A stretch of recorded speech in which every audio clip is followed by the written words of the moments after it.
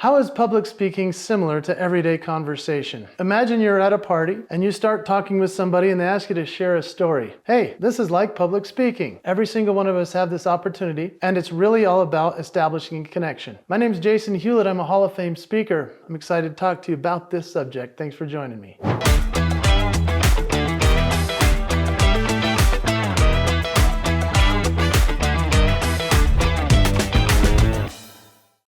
So believe it or not, whatever you do on stage as a public speaker is very similar to having a conversation with a person in an everyday situation. It really is about that establishing a connection. It's about your eye contact. It's about your body language. It could be about the tone of the voice that you use. And we're going to talk about some of the ways that these are similar. What's cool about this is that you can take what you do on a stage and do it well in a conversation. And when you're in a conversation, you can take that and put it on stage. What I love is to think about the different areas and places in which I converse and connect with people, whether it is in person or even over Zoom. If I'm on a Zoom call or on a Microsoft Teams or a Google Meets or something like that, there's a lot that you can learn from that in terms of public speaking and communication and connecting with somebody on a one-on-one basis. What I want you to practice in your next meeting that's on Zoom is to see if you can establish a connection with the audience, whether it's just the team that you're working with or you're presenting something as a webinar to a lot of people. I want you to consider for yourself that this is a nice time to practice and to work on your skills of being able to make it feel like it's a one-on-one conversation just like you and I are having right now. You see, I don't feel like I'm presenting to you. I'm not like public speaking to you. I hope you feel that we're just talking right now, that we're having a conversation. And a lot of that has to do with my eye contact. If you've noticed over Zoom, a lot of people are looking down and they're just talking like this. I really recommend you try to focus on the camera. That's a really important thing. But also consider for that being like a practice before you get on a stage if you are a public speaker. Equally, I would recommend you try this too. Have an opportunity, maybe it's at your church or at a community or at a school, try to talk to children. Anyone who's 10 or 11 years old, that is such an interesting experience because kids can see right through it and kids can also help us establish a great connection. I know that when I've taught a class of youth, and especially those little ones that are under the teenage years, they're such a great audience. They're always looking up at you. They're kind of mimicking you. They kind of do some of the same things that you do. And I want you to think about that in terms of a Zoom call. If I put my hand like this, I can notice that other people do that. If I'm looking down, I can look up and notice that other people have stopped looking away. The same thing happens with little kids. When you're talking to them in person, they'll do this, or they'll start to nod like that when you talk and you say, "Do you know what it's like when we do this?" And they go, "Uh-huh."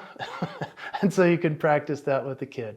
So when you're structuring your message and you're a public speaker or you're talking to somebody in person and just talking in a conversation, I want you to think about how you would structure the message. If you're giving a speech on stage and you're having this, introduction, and then you have the body of the speech and then the conclusion, that's very similar to being in person and talking with somebody. You have a reason for what you're saying, and then you give the story or the example, and then you wrap it up so that they can say something. One of the best parts of having a conversation with people in a setting of being able to converse is the fact that you can listen to their response. And this is also similar to being on stage. That's what's so cool, is that when I'm talking to somebody and then it's my turn to listen, I'm not just thinking about what I'm going to say next, I'm actually listening to what their response is. This is very similar to being on a stage. As a public speaker, we have what we've prepared, are presenting something for sure, but we're also listening to the audience for the feedback as to where we ought to go. We can either stay the course and keep going with what we prepared, but if we notice that something has shifted in the energy of the room and the audience, that's called active listening. And we can then shift just a little bit the next piece of our presentation.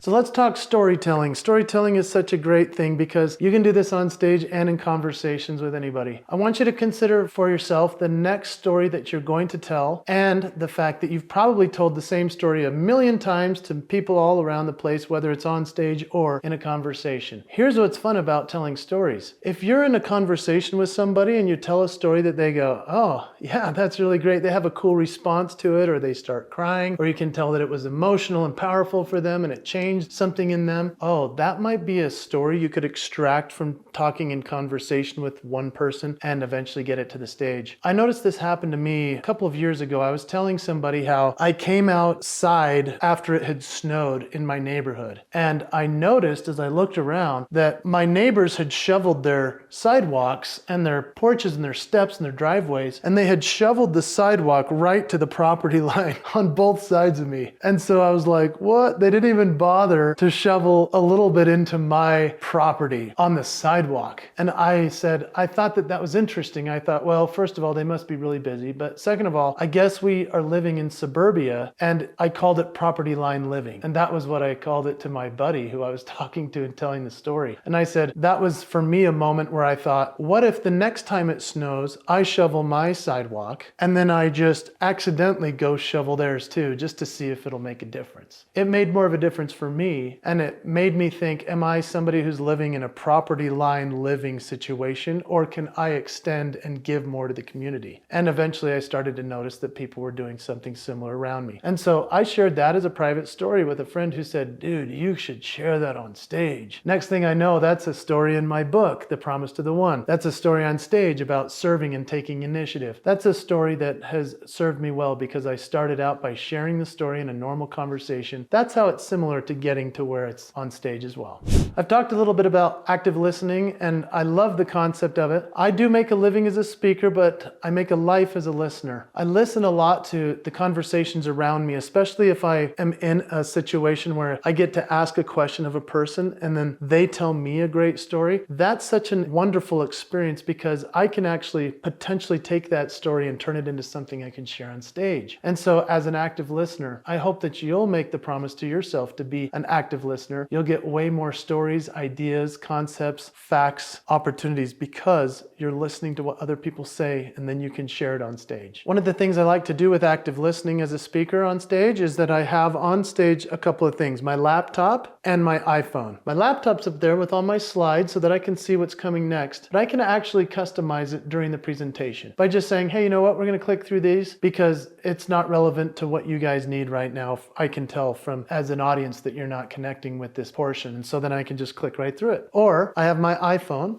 and that has music cues on it. If I can tell that the audience and I are not connecting in a great way because of my active listening skills and being on stage so much, I can tell that they're not really digging the music I've chosen to perform and sing, and so then I click through to the next one and we find a better place. So being able to customize through your active listening is a really powerful piece as a speaker.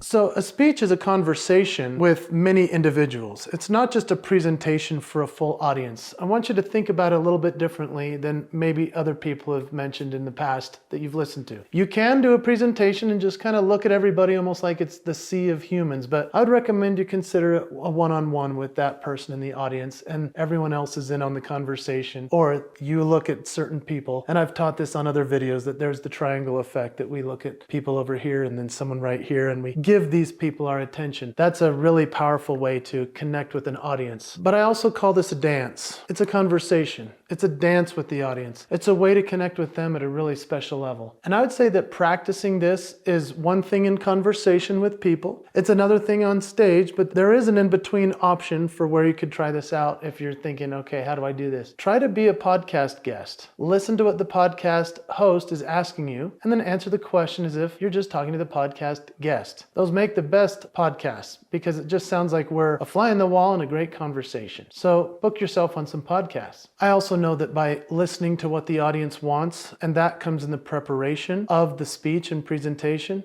listening to the audience, what they want and what the event planner wants, that's extremely important. So make sure that when you are having that conversation with them, that you're customizing it as best as possible. It's important to the event planner, it's important to your success. When it feels like a conversation with an entire audience, that's when you're going to do your best. And finally, let's close with authenticity. Be your authentic self. You're most likely authentic when you're talking to somebody in private, or you're having a conversation with a group of people. The same should be the case when you're on stage. Having that authenticity that bridges across from a conversation to a stage is what makes some of the greatest speakers we've ever seen. And that comes down to your signature moves. What is it that makes you unique? Why would they want to listen to you? You have something that makes you uniquely who you are, and that's why you would get the speech in the first place. And so if you're sitting there thinking to yourself, how do I be more authentic? What are my signature moves? Well, I have a plan for you, and I hope that you'll check this out. If you go to icmprocess.com, I've created an assessment form, and it's going to change your life and the way that you present yourself as a speaker. It'll bridge that gap from conversations in person to public speaking on stage. At icmprocess.com, you'll get this cool assessment that takes you through identify, clarify, and magnify. When you identify your authenticity and you clarify with others that's what you've got, you can magnify your signature moves and keep your promise to every audience. So it feels like a conversation, but then you're on stage and you're delivering something so powerful that only you can. I hope you go check out icmprocess.com, and thanks for joining me today.